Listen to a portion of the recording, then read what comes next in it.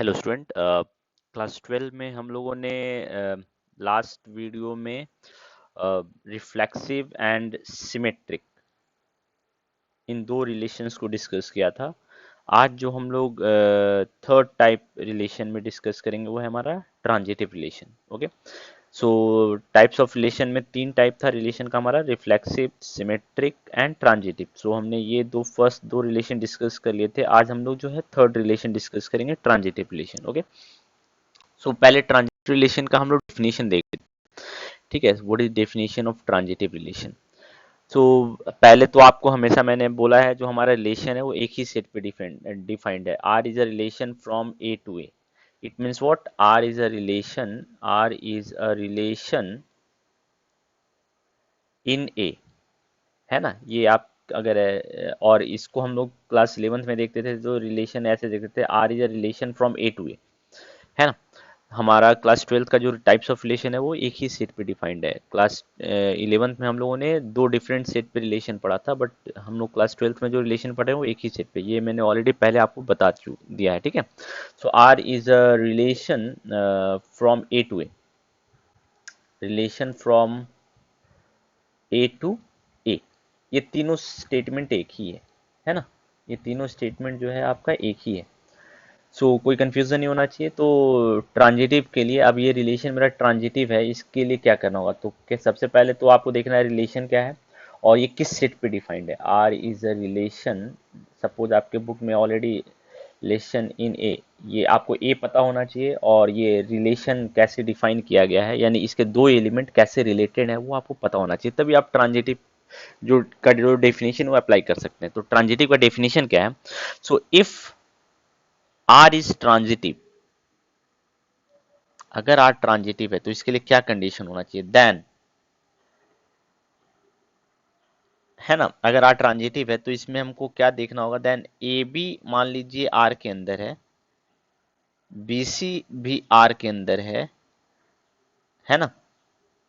अगर R transitive है तो ए बी और बी सी आर के अंदर है, तो आपको दिखाना होगा कि जो हमारा ए सी है वो आर के अंदर होना चाहिए, है ना।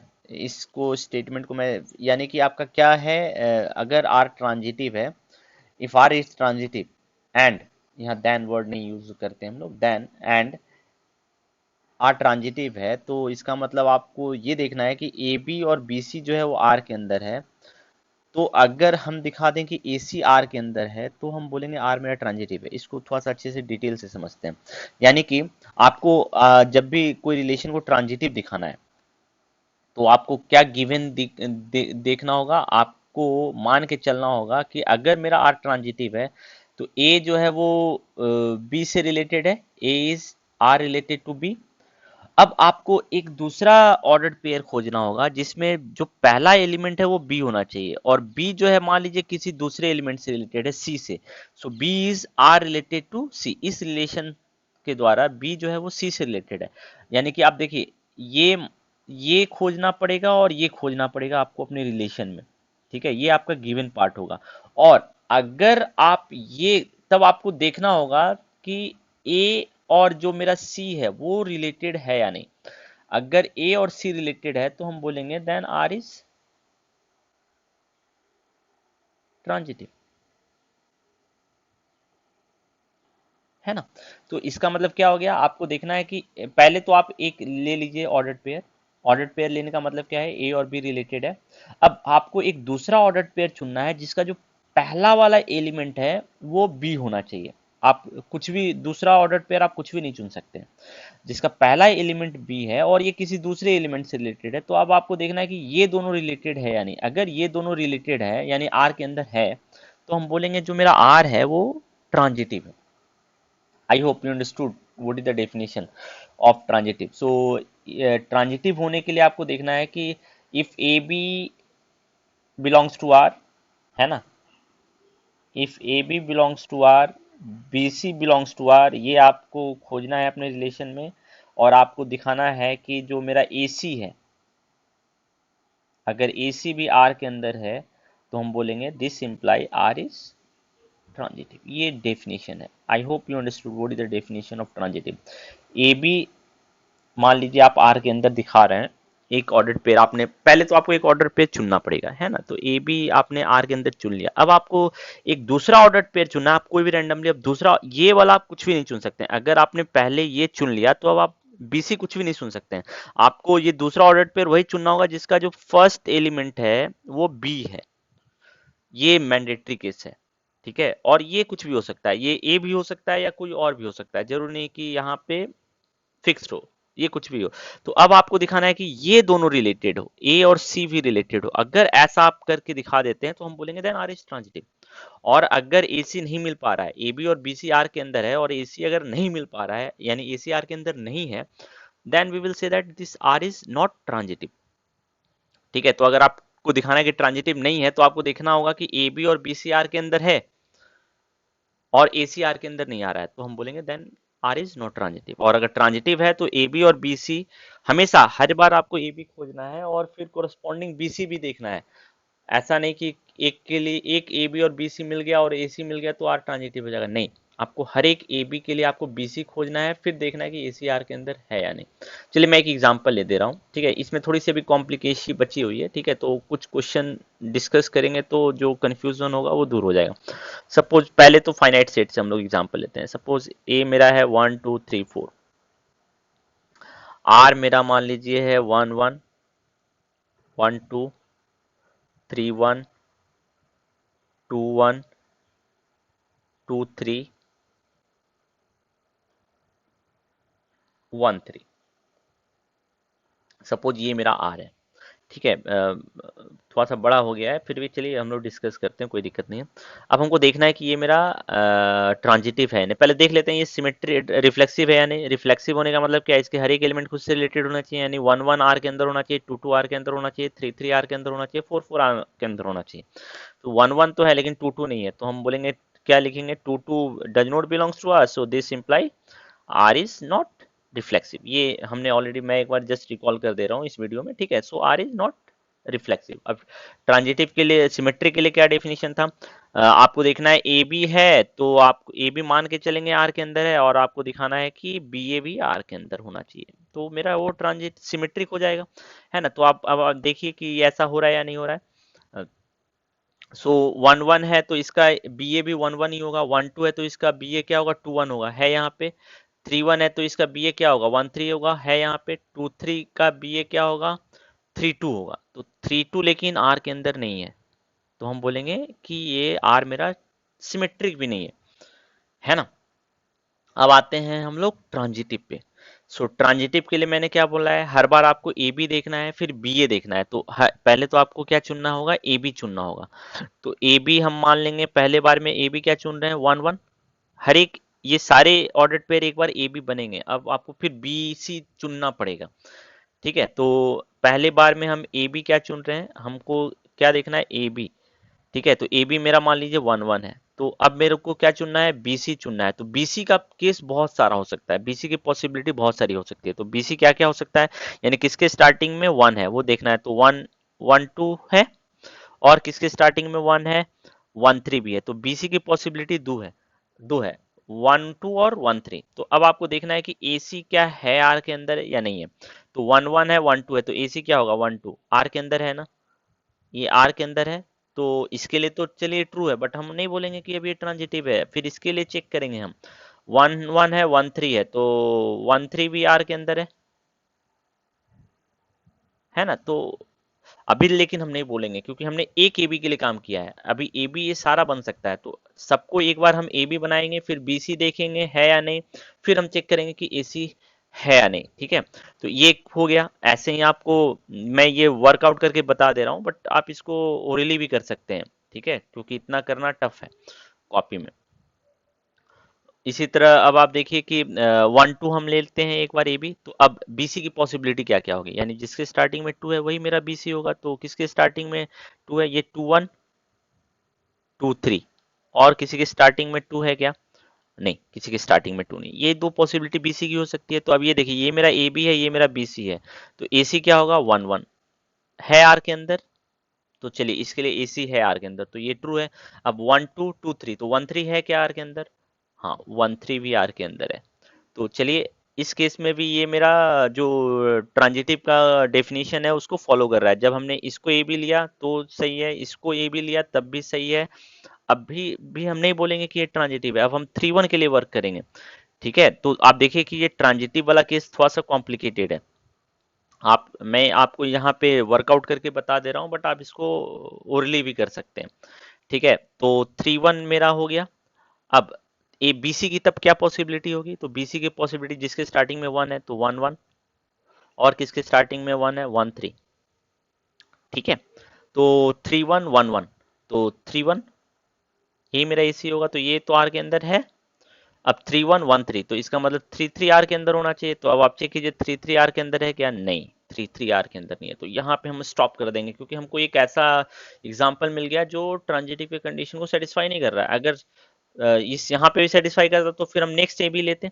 ठीक है, तो अब हम यहाँ पे क्या बोलेंगे? हमको एक एग्जांपल मिल गया, काउंटर एग्जांपल, जो ये प्रूफ कर दे कि ये रिलेशन मेरा ट्रांजिटिव नहीं है। तो हम क्या बोलेंगे? 3-1 belongs to R, 1-3 also belongs to R. A B और बी सी दोनों हमको आर के अंदर मिल रहा है, but A C, that means what, 3-3 does not belongs to R. So this imply that this relation R is not transitive. This will be the statement. So I hope you understood कि अगर आपको transitive दिखाना है तो क्या करना होगा।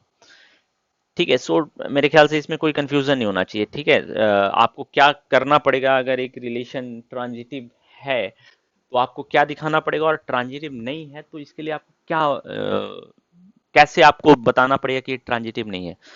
मेरे ख्याल से आप कर सकते हैं। ठीक है, चलिए मैं एक और एग्जांपल आपको ले रहा हूँ। ठीक है, वो थोड़ा सा अलग एग्जांपल है, उसमें थोड़ा जनरली कंफ्यूजन भी होता है बच्चों को, बट इसीलिए मैं वो एग्जांपल पहले डिस्कस कर दे रहा हूँ। देखिए ए मान लीजिए मेरा है 1 2 3 4। ठीक है, आर मैं ले रहा हूँ सपोज 2 3, सिंगलटन सेट है ये ऑर्डर पेयर। ठीक है, तो अब ये रिलेशन मेरा ट्रांजिटिव है या नहीं? ऑब्वियसली ये क्वेश्चन एराइज हो रहा है, तो जनरली बच्चे बोल देते हैं कि ये ट्रांजिटिव नहीं है, बट ऐसा नहीं है। ये रिलेशन मेरा ट्रांजिटिव रिलेशन है। अब क्यों ऐसा हो रहा है? देखिए, आपको ट्रांजिटिव का डेफिनेशन अगर आप स्टडी करेंगे तो ट्रांजिटिव के डेफिनेशन में क्या लिखा हुआ था कि ए बी और बी सी आर के अंदर होना चाहिए, और अगर ए सी आर के अंदर है तो ट्रांजिटिव है, नहीं है तो ट्रांजिटिव नहीं है। तो इस पे डिपेंड करता है कि रिलेशन मेरा ट्रांजिटिव है या नहीं। तो पहले तो हमको ए बी और बी सी मिलना चाहिए ना, तब हम डिस्कस करेंगे कि ए सी है या नहीं। उसके बेसिस पे हम डिसाइड करेंगे कि मेरा रिलेशन ट्रांजिटिव है या नहीं। यहाँ ये मेरा ए बी है तो हम बी सी कहाँ से लाएंगे? बी सी तो इसके अंदर है ही नहीं, तो हम कैसे बोल सकते हैं कि ए सी नहीं है? तो एक तरह से बोल सकते हैं कि स्टेटमेंट मेरा ट्रिवियली ट्रू है। ठीक है, क्योंकि आपको अगर फॉल्स, अगर जनरली मैथ्स में अगर क्या है कि अगर किसी चीज को मुझे गलत दिखाना है तो हमको एक काउंटर एग्जांपल खोजना पड़ेगा, then only you can say that the statement is false.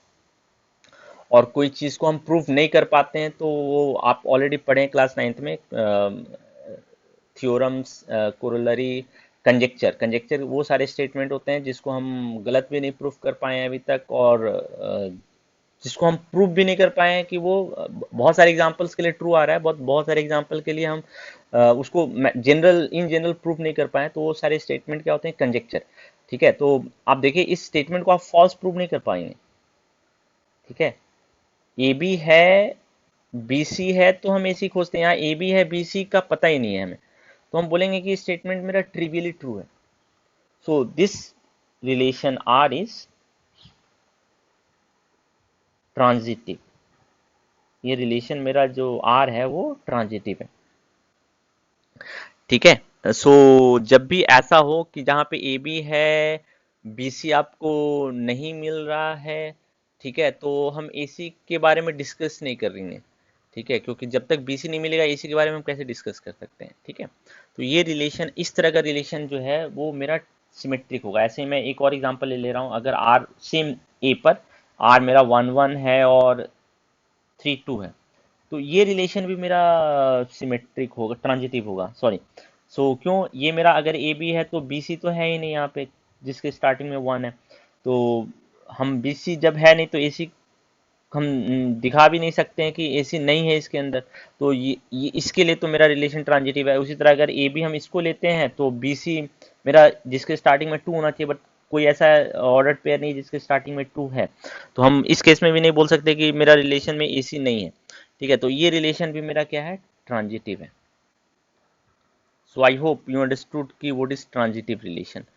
ठीक है, ये केस भी आपके बुक में है कहीं कहीं। ठीक है, तो आपको अब कंफ्यूजन नहीं होना चाहिए कि ट्रांजिटिव रिलेशन क्या होता है। तो हमने तीनों टाइप्स ऑफ रिलेशन पढ़ लिया। ठीक है, अब तीनों टाइप्स ऑफ रिलेशन को हम लोग कंबाइन करते हैं। सपोज एक रिलेशन जो है R is reflexive, R is symmetric and R is transitive also. अगर आर मेरा रिफ्लेक्सिव भी है, सिमेट्रिक भी है, ट्रांजिटिव भी है, so then we will say that this R is equivalence relation.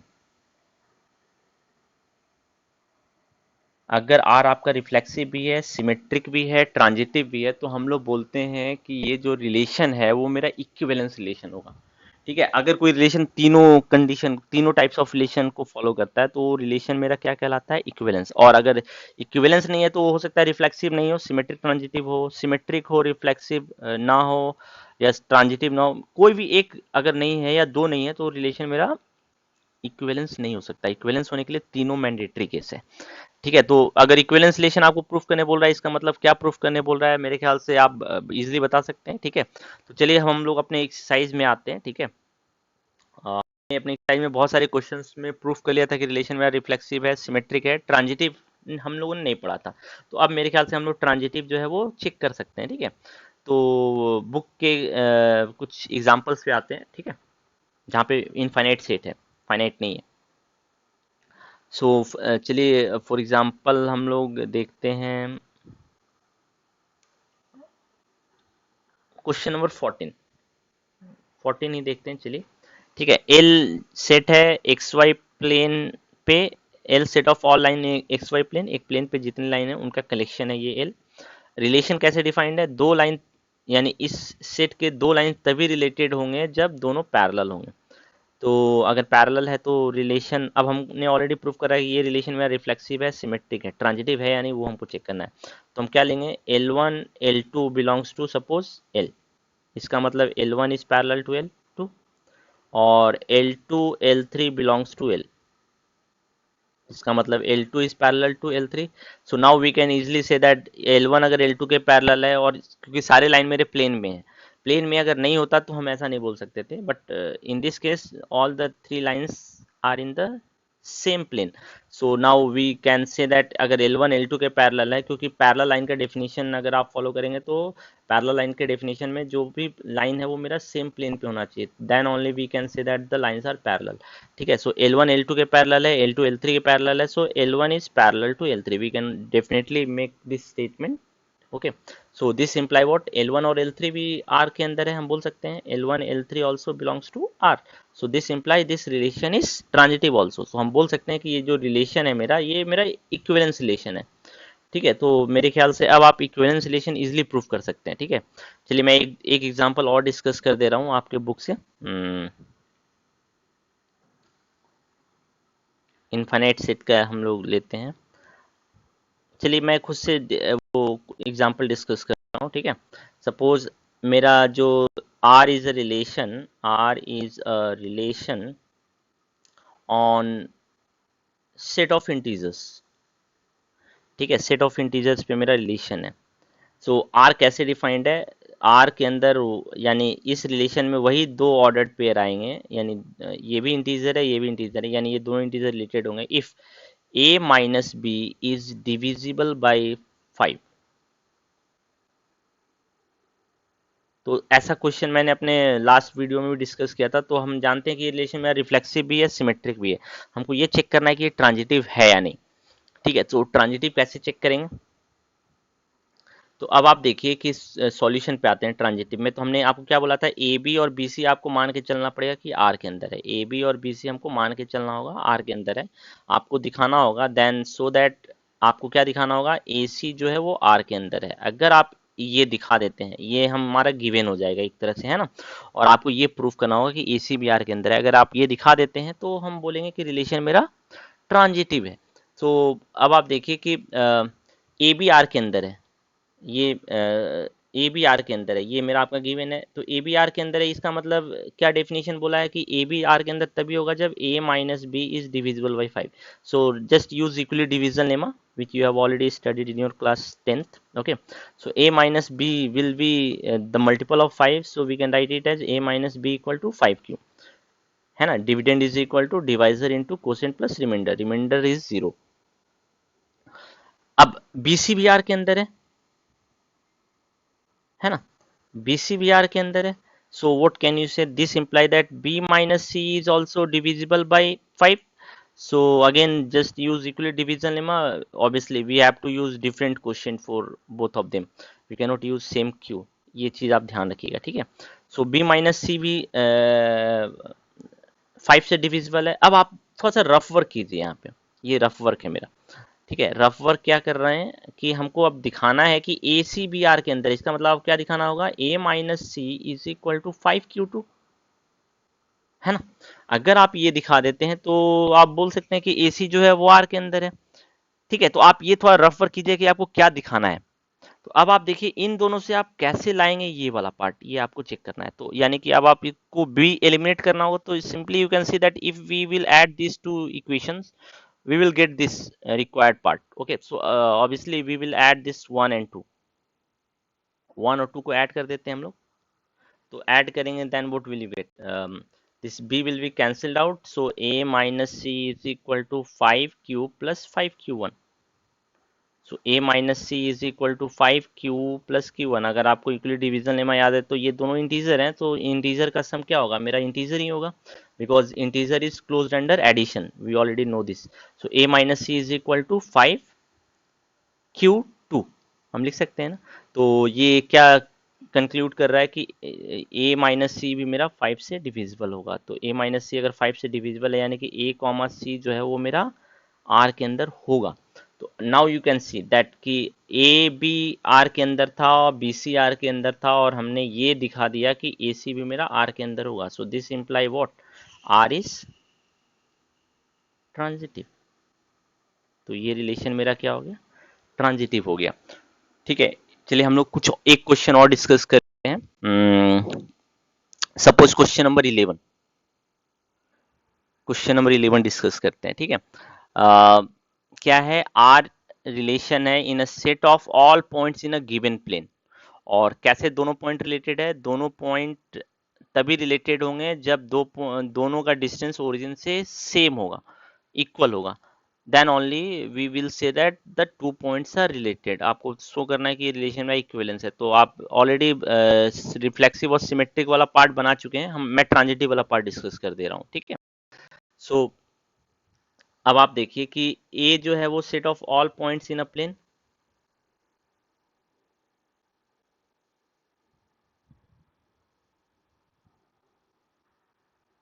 Are क्या है, दो पॉइंट तभी रिलेटेड होगा इस ए का, इस ए में बहुत सारे पॉइंट हैं, हम दो पॉइंट को ऑर्डर्ड पेयर बनाकर आर के अंदर कब रख सकते हैं, जब इन दोनों पॉइंट का ओरिजिन से डिस्टेंस बराबर है. तो आपको याद होगा कि हम लोगों ने इसके लिए एक नोटेशन यूज किया था, इस प्लेन पे बहुत सारे पॉइंट है, ओरिजिन को हमने ओ से डिनोट किया था. अब ये पॉइंट पी है मान लीजिए और एक पॉइंट क्यू है, ये दोनों पॉइंट तभी रिलेटेड होंगे जब दोनों का ओरिजिन से डिस्टेंस बराबर होगा. तो इसको हम लोग नोटेशन फॉर्म में क्या लिख सकते हैं, when OP will be equal to OQ. हमको उतना बड़ा स्टेटमेंट नहीं लिखना पड़ेगा, और इसका हम यूज कर सकते हैं प्रूफ करने के लिए भी, ठीक है. तो अब आप देखिए कि हमको दिखाना है कि ये रिलेशन मेरा रिफ्लेक्सिव ट्रांजिटिव है. तो इसका मतलब आप क्या लेके चलना होगा, PQR के अंदर है और QMR के अंदर है ना. तो आपको दिखाना पड़ेगा कि फिर P और M भी R के अंदर होगा. तो अब आप चलिए PQR के अंदर है, तो इसका क्या मतलब है, OP is equal to OR OQ. QMR के अंदर है, इसका क्या मतलब है, OQ is equal to OM. अब आप इक्वली डिवीजन, जो आपका Euclid division sorry Euclid axioms था क्लास 9th में आपने पढ़ा था, उसका यूज कीजिए कि OP OQ के अंदर है, OQ OM के अंदर है, सॉरी OQ OP के बराबर है, OQ OM के बराबर है. तो we can say that OP will be equal to OM. इसका मतलब वो पी और एम का डिस्टेंस ओरिजिन से बराबर इक्वल होगा। इसका मतलब पी एम जो होगा ये भी मेरा आर के अंदर होगा, और ये जो पार्ट आपको प्रूफ करना था वो प्रूफ हो गया। So this imply this R is transitive. तो अब आप देखिए कि नोटेशन हमने यूज किया, तो ये क्वेश्चन का जो सॉल्यूशन था वो कितना इजीली प्रूफ हो गया, है ना। तो मेरे ख्याल से अब आप लोग ट्रांजिटिव रिलेशन इजीली प्रूफ कर सकते हैं। एग्जाम्पल देख लेते हैं जहां पे वो ट्रांजिटिव नहीं है, तो वहां पे हमको काउंटर एग्जाम्पल खोजना पड़ेगा। अब जैसे हम लोग एक एग्जाम्पल ले लेते हैं, ये 2 number. So that the relation R in the set of all real number. इस पे रिलेशन डिफाइंड है। कैसे डिफाइंड है? ए इज लेस देन और equal to B square is neither reflexive not symmetric not transitive. तो ये दोनों part तो आप कर सकते हैं, ट्रांजिटिव वाला पार्ट ट्रांजिटिव नहीं है। तो अब आप देखिए कि अगर आपको ये तो मान लीजिए यहाँ दे दिया कि ट्रांजिटिव नहीं है, ऐसे ही बोलता है कि ये ट्रांजिटिव है या नहीं, अगर आपसे पूछा होता तो आप क्या देखते कि ए बी आर के अंदर है, बी सी आर के अंदर है, तो आपको चेक करना होता कि क्या ए सी आर के अंदर होगा। तो अगर ए बी आर के अंदर, इसका क्या मतलब है? A is less than equal to B square. B C R के अंदर इसका मतलब क्या है? B is less than equal to C square. और आपको अब दिखाना होता कि ए सी भी आर के अंदर होता, यही आपको दिखाना होता। तो अब आपको दिखाना, अगर ये दिखाना है कि आर के अंदर है, इसका मतलब आपको क्या दिखाना होता है? A is less than equal to C square. तो अब आप चेक कीजिए कि ये ए और बी और सी सारे रियल नंबर हैं, तो क्या ऐसा रियल सारे रियल नंबर के लिए हो सकता है? ये आपके दिमाग में क्वेश्चन इराइज होना चाहिए, ठीक है। अगर नहीं इराइज होगा तो फिर प्रॉब्लम होगी। तो अब आप खुद समझिए कि यहाँ पे ए बी आर के अंदर है, तो ए जो है वो बी स्क्वायर से छोटा है, बी जो है वो सी स्क्वायर से छोटा है। तो अब आपको देखना है कि ए क्या सी स्क्वायर से हमेशा छोटा होगा? सारे रियल नंबर के लिए ऐसा क्या होगा? देखिए कुछ रियल नंबर के लिए हो भी सकता है, अगर आप ऑब्जर्व करें तो कुछ रियल नंबर के लिए हो भी सकता है। और अगर आप थोड़ा सा स्टडी करें तो आपको ऐसे कुछ रियल नंबर मिलेंगे जिसके लिए ऐसा नहीं भी हो सकता है। तो वो चीज़ आपको अब वैसे रियल नंबर को आइडेंटिफाई करना होगा। तो आप जैसे कुछ रैंडमली अगर आप एग्जांपल बनाए, 1 2 आर के अंदर है, चलिए इसको हम लोग अलग से पे करते हैं। 1 2 आर के अंदर है, 2 3 आर के अंदर है। तो अब आप ऑब्जर्व कीजिए कि 1 3 आर के अंदर होगा। आप चेक कर सकते हैं, 1 is less than equal to 4, 2 is less than equal to 9। So obviously 1 is less than equal to 9, ये ट्रू आ रहा है ना। तो जो कंडीशन था, बट इसके बेसिस पे हम नहीं बोल सकते हैं कि अगर आपको ट्रांजिटिव दिखाना है तो इन जनरल वे में दिखाना पड़ेगा। तो A is less than equal to B square, B is less than equal to C square. तो अब आपको प्रूफ करना होगा कि A is less than equal to C square, ये आपको दिखाना होगा। तो क्या आप ऐसा दिखा सकते हैं इन दोनों की मदद से? Just see this part. अगर आप दिखा सकते हैं then this relation will be transitive, otherwise you have to find some example where this condition is not true. So थोड़ा सा अब आप देखिए कि आपके पास बहुत सारे रेशनल नंबर भी हैं, उसमें बहुत सारे नेगेटिव नंबर्स भी हैं, पॉजिटिव नंबर्स भी हैं। हमने जो वर्क किया वो सिर्फ नेचुरल नंबर वर्क किया, इसलिए ये शायद ट्रू आ रहा है। तो अब आपको देखना होगा कि क्या सारे नेगेटिव पॉजिटिव सारे नंबर्स के लिए ट्रू आएंगे। तो अगर ये ट्रांजिटिव नहीं है तो हमको दिखाना पड़ेगा कि 1 जो है वो 3 से 1 3 जो मतलब जो ए सी है वो आर के अंदर नहीं आएगा, यानी कि ए जो है होगा वो सी स्क्वायर से छोटा नहीं होगा। तब आपको दिखाना होगा कि ऐसा कंडीशन आ जा रहा है। अगर ऐसा कंडीशन आ जा रहा है तो हम बोलेंगे कि तब तो ये रिलेशन मेरा ट्रांजिटिव नहीं होगा। ठीक है, तो अब ऐसा कब होगा? जब ये नंबर मेरा छोटा हो जाएगा, सी स्क्वायर। ठीक है, तो अब आप देखिए कि इसके लिए क्या आपको देखना पड़ेगा, ए जो है वो बी स्क्वायर से छोटा है। ठीक है, तो बी स्क्वायर को हम नेगेटिव ले लेते हैं, यहाँ पे 1 and -2, जस्ट ये आपको वर्कआउट करना होगा। तो 1 is less than equal to 4, सही है ना। B -2 is less than 1/2। यहाँ पे देखिए ये 1/2 कर दे रहे हैं हम, तो -2 भी मेरा 1/4 से छोटा है। बट अब आप ऑब्जर्व कीजिए कि 1 और 1/2 जो है ये मेरा आर के अंदर नहीं हो सकता है। क्यों नहीं हो सकता है? बिकॉज 1 इज ग्रेटर देन 1/2 का स्क्वायर। 1 जो है 1/4 से बड़ा है। सो इसका मतलब 1 और 1/2 रिलेटेड नहीं है। सो इसे साफ पता चल रहा है जो मेरा रिलेशन है वो मेरा ट्रांजिटिव नहीं है। ठीक है, so I hope you understood this part. और अब आप इसके बेसिस पे हम बोल सकते हैं कि ये रिलेशन मेरा ट्रांजिटिव। तो मैंने वैसे एग्जाम्पल भी डिस्कस कर दिए जहाँ पे आपको ट्रांजिटिव नहीं भी दिखाना है वैसे एग्जाम्पल भी डिस्कस किया जहाँ पे रिलेशन मेरा ट्रांजिटिव है। सो आई होप, मेरे ख्याल से अब आप जो एक्सरसाइज 1.1 है उसका अभी भी इसमें एक पार्ट बचा हुआ है, इक्विवेलेंस क्लास का पार्ट, वो हम लोग नेक्स्ट वीडियो में डिस्कस करेंगे, ठीक है। बट ट्रांजिटिव इक्विवेलेंस रिलेशन का जितना भी क्वेश्चन है, और क्योंकि वही मेरा मेन था अभी तक, ठीक है, तो वो सारे क्वेश्चंस 1.1 आप कंप्लीट कर सकते हैं एक्सेप्ट इक्विवेलेंस रिलेशन वाला पार्ट, ठीक है। तो पहले आप इसको कंप्लीट कीजिए।